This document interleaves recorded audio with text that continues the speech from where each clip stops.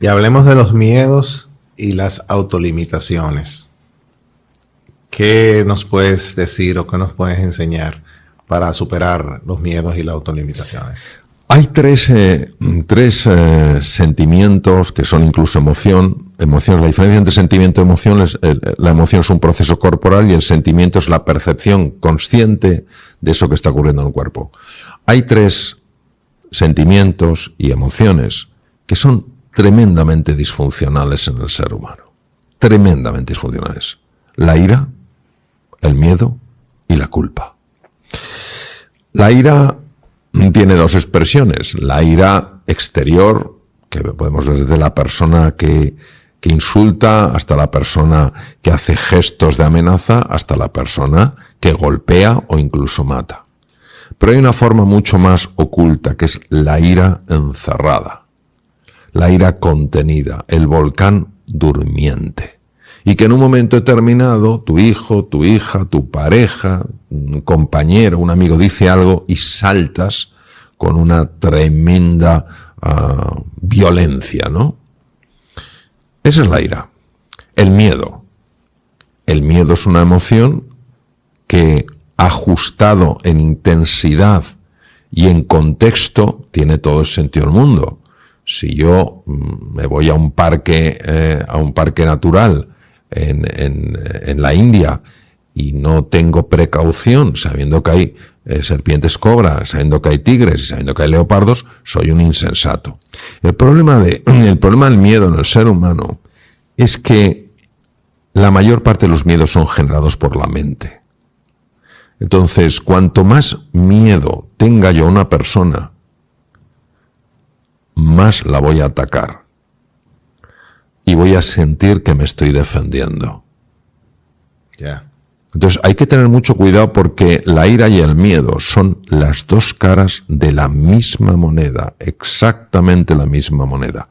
Si yo tengo ira y ataco, tengo miedo a la reacción. Si tengo miedo, para protegerme, ataco. Entonces, estas dos emociones van por un lado. Y la tercera es la culpa.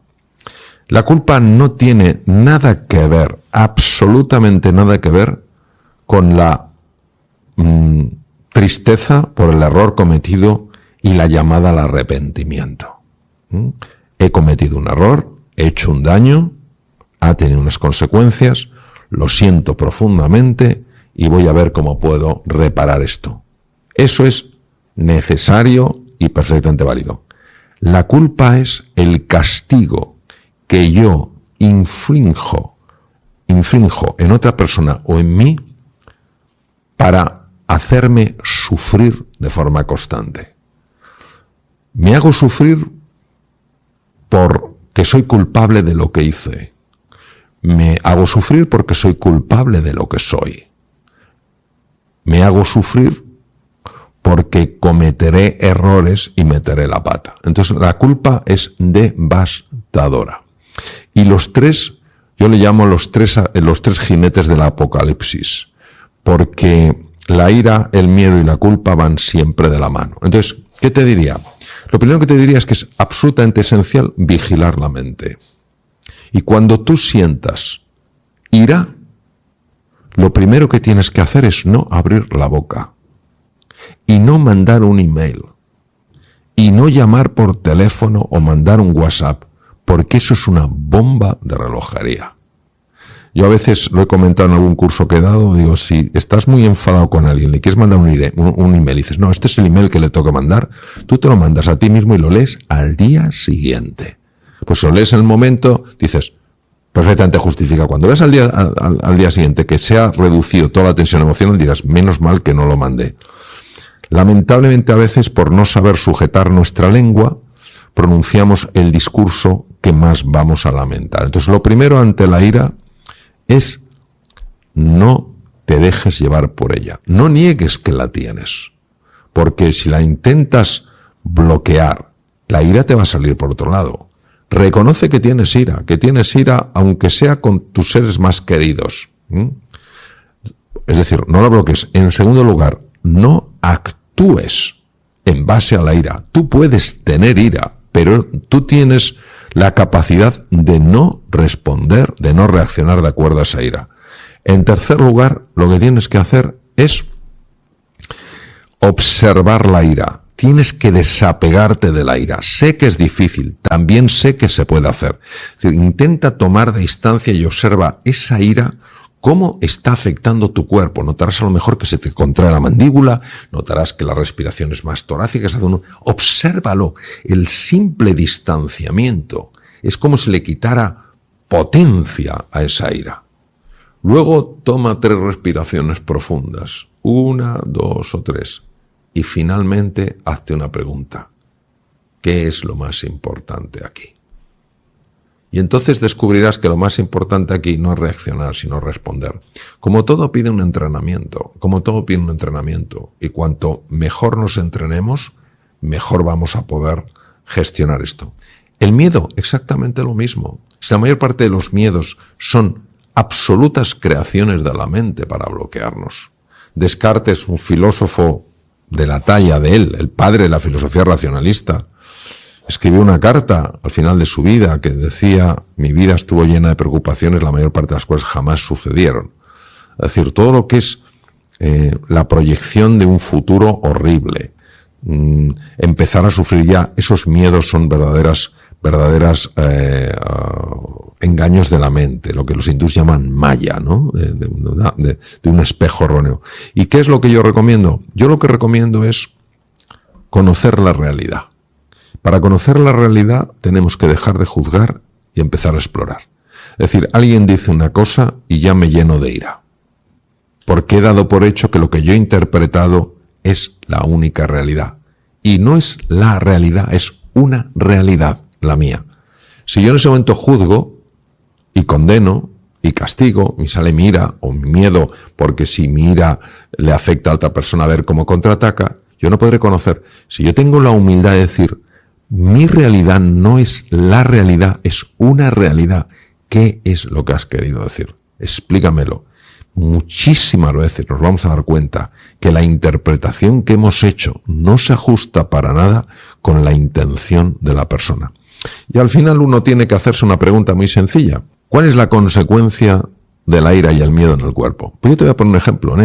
Conozco una persona magnífica. En un momento de ira, se quedó sin ver por un ojo. Pero de repente, lo llevaron a urgencias. Wow. Cuando me lo comentó, llevaba ya 17 operaciones por desprendimiento de retina. 17. El año operado 17 veces. Yo no sabía que se podía operar la retina tantas veces. En un momento de ira, se te puede romper un vaso cerebral. Puedes tener un infarto de miocardio. Entonces, el propio cuerpo nos está diciendo que esas emociones, aunque nos parecen justificadas, no lo son. No lo son. Podemos establecer límites con firmeza sin tener que ser asesorados por la ira. Porque en la ira, tú eres consciente de lo que dices, pero no eres consciente de cómo lo dices.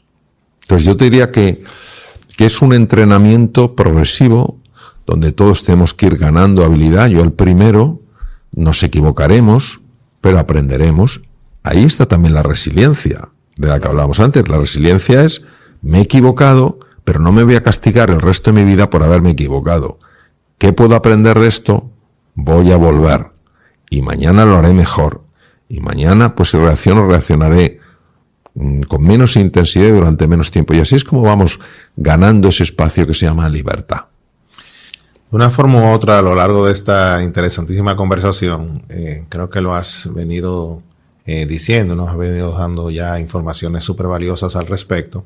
Pero me gustaría saber si tienes algo que añadir a cómo nosotros podemos cultivar mejores relaciones interpersonales, más saludables, más trascendentes, más de impacto. ¿Cómo pudiéramos realmente mejorar nuestras relaciones interpersonales? ¿O qué añadirías a lo que nos has comentado hasta ahora al respecto? A mí me impresionó mucho algo que leí de San Pablo. Y decía al final, solo se os va a examinar en una asignatura, en el amor. Y yo la verdad es que me quedé muy sorprendido. Dije, oye, cantidad de cosas que te pueden examinar en la vida en el amor. Y en su canto al amor habla de la sabiduría, habla no sé qué, de dominio de las lenguas y al final el amor.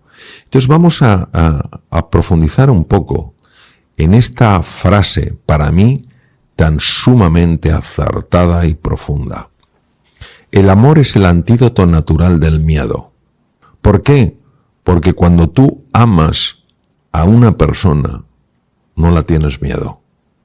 Y porque cuando una persona te tiene miedo, pero se siente amada por ti, deja de tener miedo. Entonces, ¿de qué amor estamos hablando? No estamos hablando del amor como lo entendemos las personas, de forma que es un intercambio.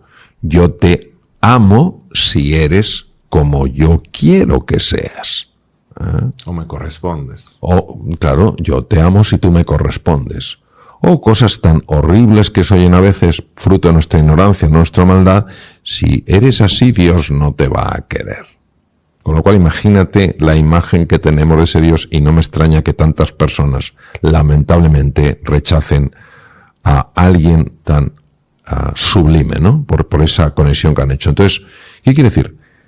Que el amor es transmitirle a una persona: yo no te quiero por cómo eres o dejas de ser. Yo te quiero por quién eres. Yo te quiero por quién eres. Porque eres una persona digna de respeto, porque eres un ser humano. Y desde ese amor sí se pueden establecer límites. Y decir, hasta aquí no, pero yo no busco agredir a la persona. No estoy canjeando, tú te portas de una manera, yo te amo. Lo que estoy diciendo claramente es, estos son los límites. No está en juego no está en juego el amor, pero sí está en juego a lo mejor que tú y yo sigamos juntos. ¿Y qué rol juega en todo esto la autocompasión y el autocuidado? Es decir, cómo nosotros, primero, qué importancia tiene para ti ambos términos, pero aparte de eso, cómo impacta realmente en nuestras trascendencias, nuestro manejo de niveles de estrés, nuestra resiliencia. Hablamos un poquito respecto a estos aspectos, sobre todo la autocompasión. Sí, vamos a ver. Primero tenemos que entender qué es la compasión, porque la compasión tiene muy mala prensa. En una ocasión, un director general de una empresa me dijo: Mario, yo no puedo tener compasión porque tengo 2.000 personas. Y me dejó bastante descolocado. La compasión tiene dos connotaciones negativas y erróneas en relación a lo que significa compasión. La primera connotación errónea es que la persona compasiva es una persona blanda, que todo lo deja pasar. Iba a decir debilidad. Entonces, claro, se asocia a una debilidad.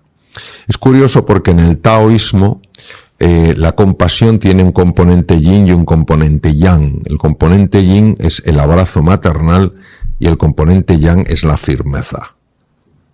Tú eres firme estableciendo los límites, pero lo haces con amabilidad, no lo haces con dureza. Entonces, la compasión significa exactamente lo siguiente. Primero, entiendo que estás sufriendo. Para eso tiene que haber, previo a la compasión, tiene que haber empatía. No puede haber compasión si no hay empatía. Es decir, entiendo que estás sufriendo. No me lo dices, pero yo capto que estás sufriendo. Número 2. Tu sufrimiento no es, para mí, indiferente. En tercer lugar, quiero ayudarte a reducir ese sufrimiento. Esa es la compasión. Pero fíjate qué bonito, Ney, que la compasión se diferencia radicalmente de la lástima, en que en la lástima yo me siento superior a una persona, mientras que en la compasión yo me siento exactamente igual a esa persona.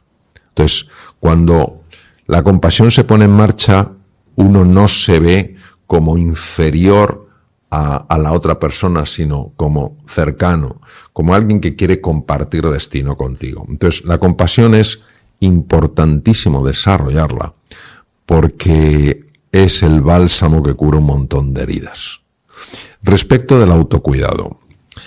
El autocuidado brilla por su ausencia, entre otras cosas, porque fíjate, antes hablábamos de la ira, del miedo y de la culpa. Fíjate qué curioso, muchas personas, si se cuidan, se sienten culpables, porque asociamos erróneamente cuidarse con ser egoísta. Y esto lo he visto yo especialmente frecuente con mujeres. que si van al gimnasio, que si se cuidan, que tal cual, son egoístas porque tendría que estar en casa. No, todo el mundo necesita cuidarse. Hemos visto que la falta de cuidado favorece el estrés crónico. Entonces, ¿cuidarse qué es? Cuidarse es quererse, es respetarse y es valorarse. ¿Eso qué quiere decir? Quiere decir que si tengo que cuidar mi cuerpo, tengo que respetar mi cuerpo y tengo que valorarlo. Yo no puedo meterle basura. Lo mismo que no dejaría que echaran un cubo de basura en el salón más bonito de mi casa, en la habitación más bonita de mi casa. No lo permitiría. Entonces, lo primero es que tengo que tener cuidado con lo que como. O sea, yo me acuerdo una vez, estaba en Asia, me fui a comer unas galletas, tenía un hambre horrible, y las galletas miré y vi que tenían grasas trans. Las grasas trans están prohibidas, son tóxicas. Chico, pues cuidado, a la basura, y me aguanto con mi hambre. Entonces, cuidado, si veo que el ejercicio físico yo lo necesito porque pierdo masa muscular, las articulaciones sufren, el corazón sufre, etcétera, cuidarse implica querer mi cuerpo, pero también cuidarse implica querer mi dimensión psicológica, mi dimensión mental. Si yo me estoy castigando constantemente, me estoy recriminando todas las cosas que hago mal, si no soy capaz de reconocerme nada de lo que hago bien, si siempre estoy acusándome y declarándome culpable, ¿dónde está ese cuidado de la mente? Me convierto en mi peor enemigo. Y luego cuidarse también es la dimensión más espiritual, más anímica, es decir, cuidarse también implica buscar esa reconexión con el misterio, con la naturaleza, con los demás. Entonces, ¿por qué muchas veces no nos cuidamos? Primero porque no somos verdaderamente conscientes de las consecuencias de no cuidarse. Siempre le va a pasar al vecino. A mí esto no me va a pasar. Eso es lo primero. Y en segundo lugar, Ney, porque realmente no nos queremos. Nos aguantamos. Fíjate lo que dijo Blaise Pascal en el siglo XVII, el gran filósofo francés. Dijo: descubierto el origen de la infelicidad del ser humano. Toma ya. Su incapacidad para mantenerse solo en una habitación. Fíjate que se han hecho estudios, esto va a ser difícil de creer, es real, donde personas han preferido recibir descargas eléctricas a quedarse solos en su habitación. Si te das cuenta hoy en día, el nivel de distracción que hay. ¿Por qué hay tanto nivel de distracción? ¿Por qué necesito distraerme cada 2x3? Porque me cuesta estar solo, me cuesta estar sola. Entonces yo creo que cuando nos queramos un poco más y seamos conscientes de las consecuencias beneficiosas de cuidarse y de las consecuencias negativas de no cuidarse, no lo tomaremos en serio. Bueno, Mario, yo quisiera seguir eternamente con esta conversación, claramente, pero pues obviamente tú tienes una agenda muy ocupada durante esta visita, o sea que de mi parte te quiero dar las gracias personalmente, porque esta conversación a mí en lo personal pues me ha enriquecido mucho y me ha dotado una vez más de más herramientas para seguir adelante, y obviamente en nombre de todas las personas que van a ver y escuchar este podcast, que estoy seguro que también te van a extender de manera mental su gratitud, que ya es un tema de lo que hemos hablado aquí. Como ya es costumbre, yo sé que de una forma u otra pues te has expuesto a él, pero te lo quiero dar dedicado. Gracias por impactar positivamente tantos cientos de miles de vidas. Pero más que eso, gracias por el privilegio de poderte llamar amigo. Con aprecio, Ney.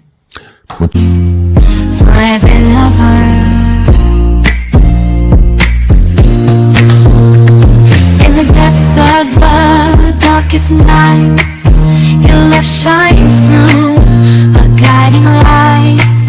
With every heartbeat I feel your grace.